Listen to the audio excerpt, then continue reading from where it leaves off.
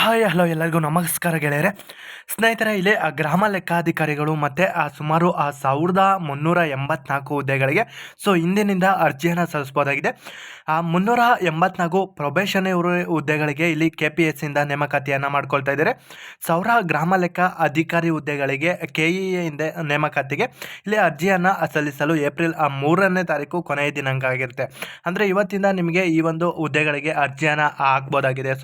ನೀವು ಅರ್ಜಿ ಪ್ರಕ್ರಿಯೆ ಕೂಡ ಚಾಲ್ತಿಯಲ್ಲಿದೆ. ಇಲ್ಲಿ ಕರ್ನಾಟಕ ಲೋಕಸೇವಾ ಆಯೋಗ ಅಧಿಸೂಚಿಸಿದ 384 ಹುದ್ದೆಗಳು ಹಾಗೂ ಕರ್ನಾಟಕ ಪರೀಕ್ಷಾ ಪ್ರಾಧಿಕಾರದಿಂದ ನೇಮಕಾತಿ ಪ್ರಕ್ರಿಯೆ ನಡೆಯಲಿರುವ 1000 ಗ್ರಾಮ ಲೆಕ್ಕ ಅಧಿಕಾರಿ ಹುದ್ದೆಗಳಿಗೆ ಮಾರ್ಚ್ 4ರಿಂದ ಇಂದಿನಿಂದ ಅಂದರೆ ಇವತ್ತು ಮಾರ್ಚ್ 4 ಇಂದಿನಿಂದ ನೀವು ಆನ್ಲೈನ್ ಮುಖಾಂತರ ಅರ್ಜಿಯನ್ನು ಸಲ್ಲಿಸಬಹುದಾಗಿದೆ. ಈ ವರ್ಷದ ಮೊದಲ ಒಂದು ಬೃಹತ್ ನೇಮಕಾತಿಯಾಗಿದೆ ಸ್ನೇಹಿತರೆ. ಇದು ರಾಜ್ಯದ ಉದ್ಯೋಗಾಕಾಂಕ್ಷಿಗಳಿಗೆ ತಡ ಮಾಡದೆ ಅಧಿಸೂಚನೆಯಲ್ಲಿ ನೀಡಿರುವ ಮಾಹಿತಿಯನ್ನು ನೀವು ಸಂಪೂರ್ಣವಾಗಿ ಓದಿಕೊಂಡು ಅರ್ಜಿಯನ್ನು ಸಲ್ಲಿಸಬೇಕಾಗಿರುತ್ತೆ. ಈ ಒಂದು 2 ಪ್ರಮುಖ ಹುದ್ದೆಗಳಿಗೆ ಮಾರ್ಚ್ 4ರಿಂದ ಏಪ್ರಿಲ್ 3ರ ತನಕ ನೀವು ಅರ್ಜಿಯನ್ನು ಸಲ್ಲಿಸಬಹುದಾಗಿದೆ. ಇಲ್ಲಿ ಗೆಜೆಟೆಡ್ ಪ್ರೊಬೇಷನರಿ ನೇಮಕಾತಿ ನೋಡಿದರೆ ಗೆಜೆಟೆಡ್ ಪ್ರೊಬೇಷನರಿ ಹುದ್ದೆಗಳ ಪೈಕಿ ಗ್ರೂಪ್ ಎ ವೃಂದದ 159, ಗ್ರೂಪ್ ಬಿ ವೃಂದದ 225 ಹುದ್ದೆಗಳಿಗೆ ನೇಮಕಾತಿ ನಡೆಯಲಿದೆ. ನಿಯಮದಂತೆ ಹೈದರಾಬಾದ್ ಕರ್ನಾಟಕಕ್ಕೆ 77 ಹುದ್ದೆಗಳು ಮತ್ತು RPC ಕರ್ನಾಟಕ ಇತರ ಪ್ರದೇಶದ ವೃಂದದ 307 ಹುದ್ದೆಗಳನ್ನ ಇಲ್ಲಿ ನಿಗದಿಯನ್ನು ಪಡಿಸಲಾಗಿದೆ ಅಂತ ಕೂಡ ಕೊಟ್ಟಿದ್ದಾರೆ.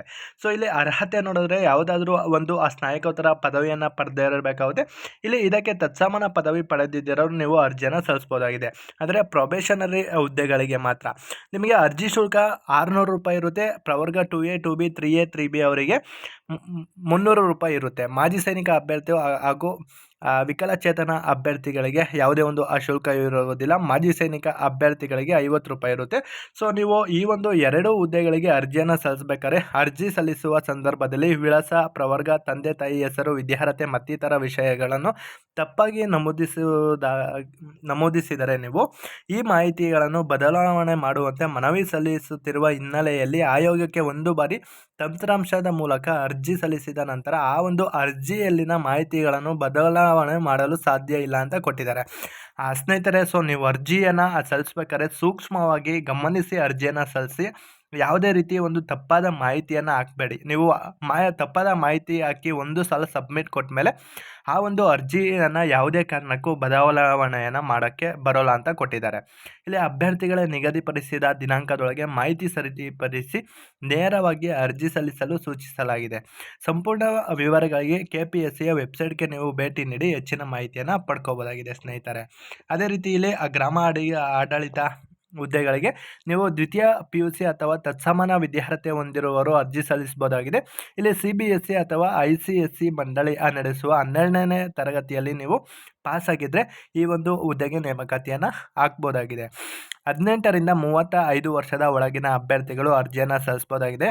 ಇಲ್ಲಿ ಪ್ರವರ್ಗ 2A 2B 3A 3B ಅವರಿಗೆ ಇಲ್ಲಿ ಪರಿಶಿಷ್ಟ ಜಾತಿ ಪರಿಶಿಷ್ಟ ಪಂಗಡ ಪ್ರವರ್ಗ 1ರ ಅಭ್ಯರ್ಥಿಗಳಿಗೆ 5 ವರ್ಷ ವಯೋಮಿತಿ ಸಡಿಲಿಕೆ ಕೂಡ ನೀಡಲಾಗಿದೆ.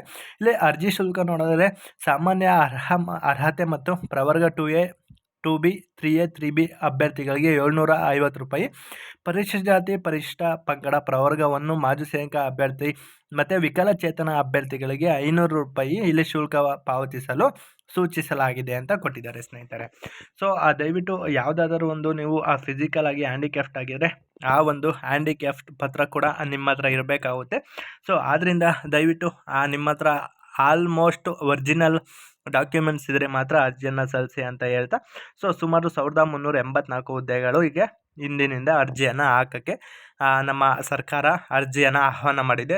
ದಯವಿಟ್ಟು ಏಪ್ರಿಲ್ 3ರೊಳಗೆ ನೀವು ಅರ್ಜಿಯನ್ನು ಸಲ್ಲಿಸಿ ಈ ಒಂದು ಹುದ್ದೆಗೆ ಚೆನ್ನಾಗಿ ಪ್ರಿಪ್ರೇಷನ್ ಆಗಿ ಅಂತ ಹೇಳ್ತಾ ಇದಿಷ್ಟು ಈ ಒಂದು ಹುದ್ದೆಯ ಮಾಹಿತಿಯಾಗಿತ್ತು.